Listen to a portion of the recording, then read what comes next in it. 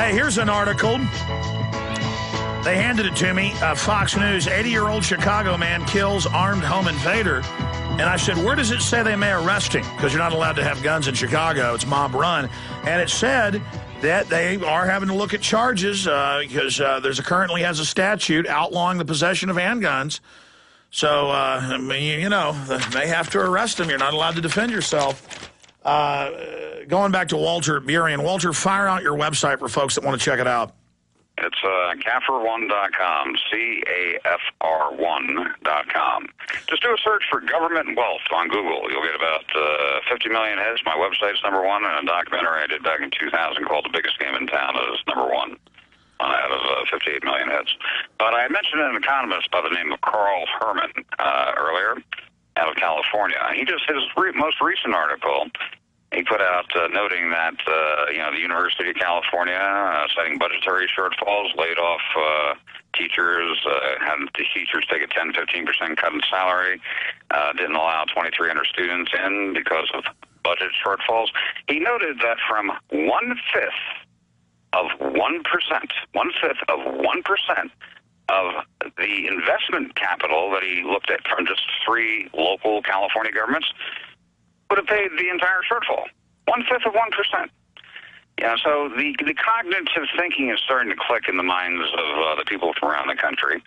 And as I mentioned, the earth will shake and the stars will fall when the general population gets a clue of the comprehension that they can phase out all taxation in their city, their county, their state, their school district by implementing the same investment vehicle the government used to take it all over by investment.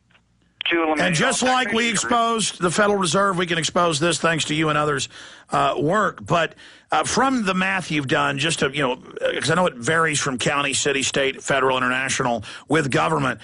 But statistically, what is it? 70% more money in investments that isn't on budget.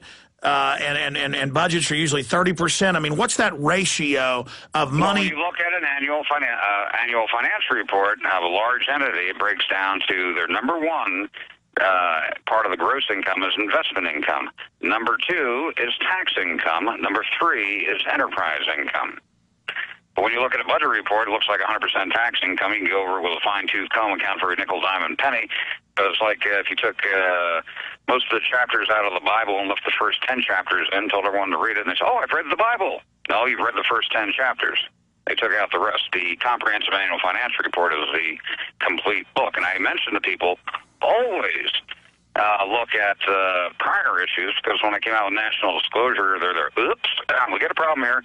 They started, GASB started kicking out transmittal letters, modifying the CAFR reporting from gross, shown in the collective columns, to net, shown in the collective columns. So it's a big difference between gross and net. So, it's important to get older CAFRs, look at them, and then look at a newer one to see the differences. And the government's greedy. They've got plenty of money, massive investments, but they're raising taxes everywhere, or threatening to steal people's pension funds, holding them financially hostage. True, okay? Say you're a cattle rancher, Alex. Say everyone listening is a cattle rancher.